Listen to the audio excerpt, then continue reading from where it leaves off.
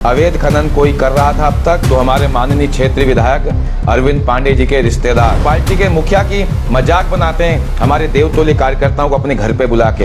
इनको मंत्री नहीं बनाया जा रहा तो ये हमारे संगठन को, हमारे मुखिया को बदनाम करने की कोशिश कर रहे हैं। मैं नाम ना खुलवाऊं मंत्री जी, विधायक जी, नाम मत खुलवाना मुझसे। तुम्हारे घर की एक एक नस को मैं जानता हूँ। क्यों नहीं बोलते कांग्रेस के खिलाफ, क्यों नहीं विकास की बात करते? ये ऐसे नौटंकीबाजों को इनको जवाब देने की जरूरत है। इनके खिलाफ मोर्चा खोलो। एक दिन भी चीनी मिल में नौकरी नहीं की, सेवा नहीं की और फ्री फंड की तनख्वाह लेके यहाँ पे नेतागिरी करते हैं। अरविंद पांडे कांग्रेस के एजेंट बन के काम कर, अंदर खाने कांग्रेस के लोगों से मिले पड़े। ये हमारे शरीर की किसी उंगली में अगर कैंसर हो जाए तो उस उंगली को, कैंसर को, उंगली को काट के फेंक देना चाहिए। गंदगी फैला रहे हैं भारतीय जनता पार्टी में, इनको निकाल के बाहर फेंक दो। तुम्हारी किसी नेता से पटरी निकालती तो तुम ही सर्वे सर्वा बन जाओ, प्रधानमंत्री तुम्हें बना दें, अरविंद पांडे जी को बना दें प्रधानमंत्री। मतलब तुम ईमानदार हो। एसडीएम, तहसीलदार, सरकार, मंत्री, विधायक, सरकार सब भ्रष्ट हैं। लेकिन ये हमारे अरविंद पांडे जी ऐसा बदनाम करने का प्रयास कर रहे हैं। कुछ देखो साहब, इनका इलाज करो। हमारे क्षेत्रीय विधायक माननीय अरविंद पांडे, जिनको हमारी भारतीय जनता पार्टी ने 5-5 बार विधायक का टिकट देके विधायक बनाया, कैबिनेट मंत्री बनाया, वो हमारी सरकार पर, शासन प्रशासन पर अवैध खनन का आरोप लगा रहे हैं। मैं उनसे कहूंगा कि पहले आप अपने उसमें झांकें। जब से मुख्यमंत्री जी ने कमान संभाली उत्तराखंड की, तब से अवैध खनन पर अंकुश लगा है। मैं बताना चाहूंगा उत्तराखंड वासियों, अवैध खनन कोई कर रहा था अब तक तो हमारे माननीय क्षेत्रीय विधायक अरविंद पांडे जी के रिश्तेदार, इनके भाई, इनके भतीजे, इनके भांजे, जो सदियों से, पता नहीं कितने सालों से अवैध खनन करके जो है यहाँ पे लूटमार मचाए पड़े थे। अरविंद पांडे जी के ना जाने कितने जो खनन के पट्टे हैं और जो है स्टोन क्रैशरों के पट्टे हैं, कितने पट्टों में खनन में ना जाने इनकी जो है पार्टनरशिप है। इनके भाई भतीजों के, इनके निजी सचिव के डंपर हैं जो अवैध खनन कर रहे थे।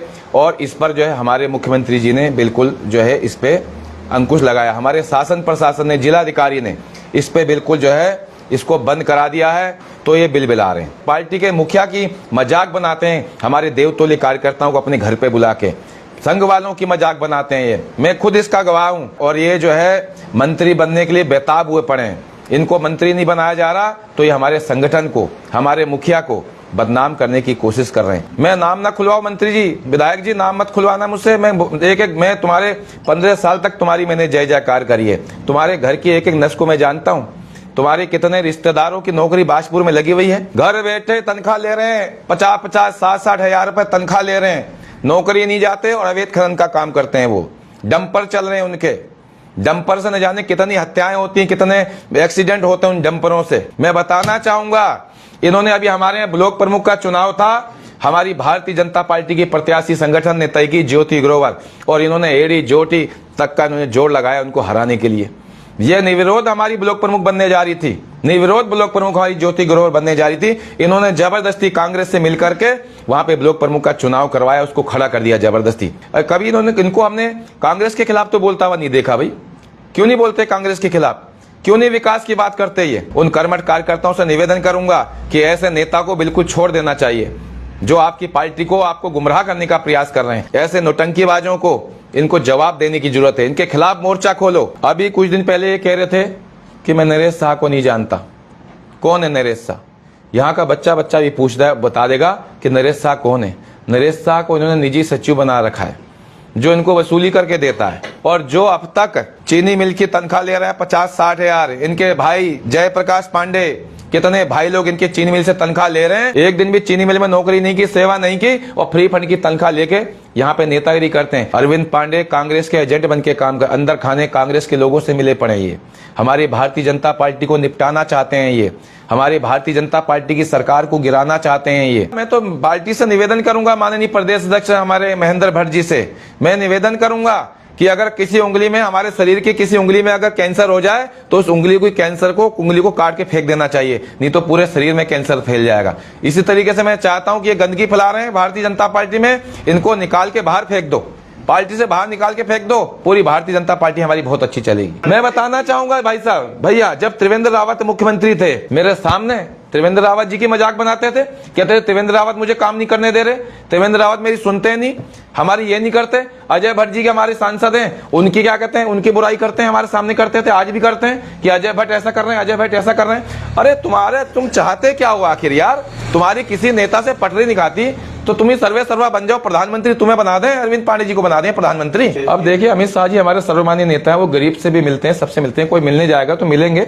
अब इन्होंने मांगा होगा, मांगे मंत्री के लिए गए होंगे और काय के लिए गए होंगे, मंत्री बना दो मुझे, क्यों बना देंगे कोई मंत्री भाई ने, क्यों बना देंगे मंत्री, काय के लिए बना देंगे मंत्री, मतलब तुम, हाँ तुम पार्टी को निपटाने की प्रयास कर रहे हो साहब। अरविंद पांडे जब जब मेरी सरकार को बदनाम करने का प्रयास करेंगे, हमारी भाजपा के सरकार के खिलाफ बोलेंगे, हमारे संगठन के खिलाफ साजिश रचेंगे, मैं ऐसे ही आऊंगा, मुझे किसी को नहीं देखना, कोई करे ना करे मैं तो करूंगा साहब, हर बार करूंगा, ये जितनी बार आएंगे मैं उतनी बार आऊंगा। अरे इन्हें कांग्रेस से इतना प्रेम हो गया, कांग्रेस में चले जाए ना। अरे हमारे यहाँ इतने मुद्दे हैं गुलर भोज में, हमारे लोगों को पट्टा नहीं मिल रहा, जमीन का पट्टा नहीं मिल रहा, ये खनन के पट्टा करे जा रहे हैं। अरे हमारे गुलर भोज को पट्टा दिलाओ भाई, जमीनों का पट्टा दिलाओ, मालिकाना हक दिलाओ। यहाँ पे उनकी वजह से मकान नहीं मिल पा रहे कच्ची जमीन वालों को, तुम इनकी यहाँ पे हमारे भाई साहब गुलर भोज में स्टेडियम नहीं है, स्टेडियम की बात करो यार, स्टेडियम दिलवा दो हमारे यहाँ। तुम फालतू की बातें क्या लेके, खनन का पट्टा है, अवैध खनन हो रहा, क्या कहीं अवैध खनन नहीं हो रहा, ये सब झूठे ड्रामेबाजी करते हैं, नौटंकीबाजी करते हैं, बहुत गलत बात है इनकी। अभी कुछ दिन पहले देखा होगा इन्होंने हमारी एसडीएम और तहसीलदार को इन्होंने भ्रष्ट कह दिया।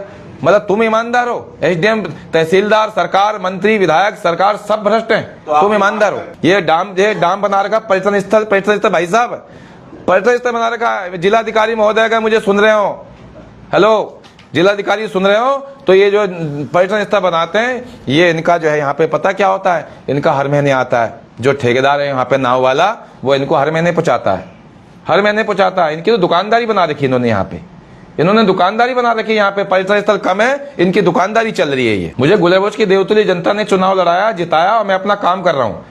मुझे फालतू नेतागिरी करने नहीं आती ना, मैं करता हूँ, मैं गुलेबोज के विकास में लगा पड़ा हूँ। लेकिन मुझे दर्द होता है, ये हमारी सरकार के खिलाफ ऐसे षड्यंत्र रचते हैं, पार्टी को बदनाम करने की कोशिश करते हैं, हमारे मुखिया को बदनाम करने की कोशिश करते हैं। क्या है, उनकी धूल के बराबर नहीं है, ये फूंक मारेंगे उड़ जाएंगे। तो गुंजन सुखिया तो देखो देवता आदमी बेचारा, वो बहुत देवता आदमी, तो कभी किसी के खिलाफ बोलते ही नहीं, वो सीधे आदमी है वो।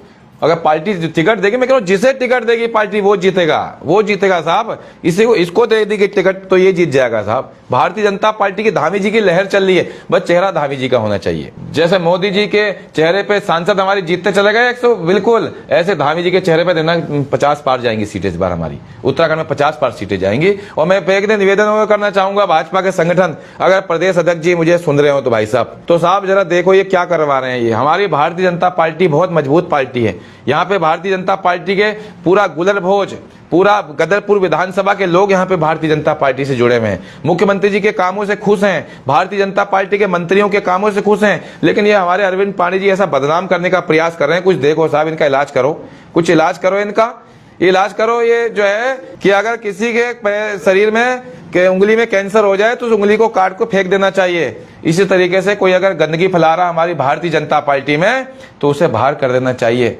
उसे भी तो एहसास हो कि किसी को बाहर करने का कितना दर्द होता है। अब ब्लॉक प्रमुख का चुनाव इनके वजह से ऐसे अरविंद पांडे जी बीच में बैठे हैं। बताओ ये क्या कहते हैं, अपने ऑफिस में बैठ के मीटिंग करवा रहे हैं। जब इतने निर्विरोध बनते हैं, हमारी ज्योति गिरोवर निर्विरोध ब्लॉक प्रमुख बनती है साहब। इन्होंने चुनाव करा दिया, वो तो इन्होंने चुनाव करा दिया अरविंद पांडे जी ने, सुन भी रहे होंगे मुझे, जिन्होंने चुनाव करा दिया। भाई साहब सबको पता निर्विरोध बनी, कोई खड़ा ही नहीं हो रहा था, जबरदस्ती खड़ा कर दिया, कुछ बेचारे को भी नुकसान करा दिया।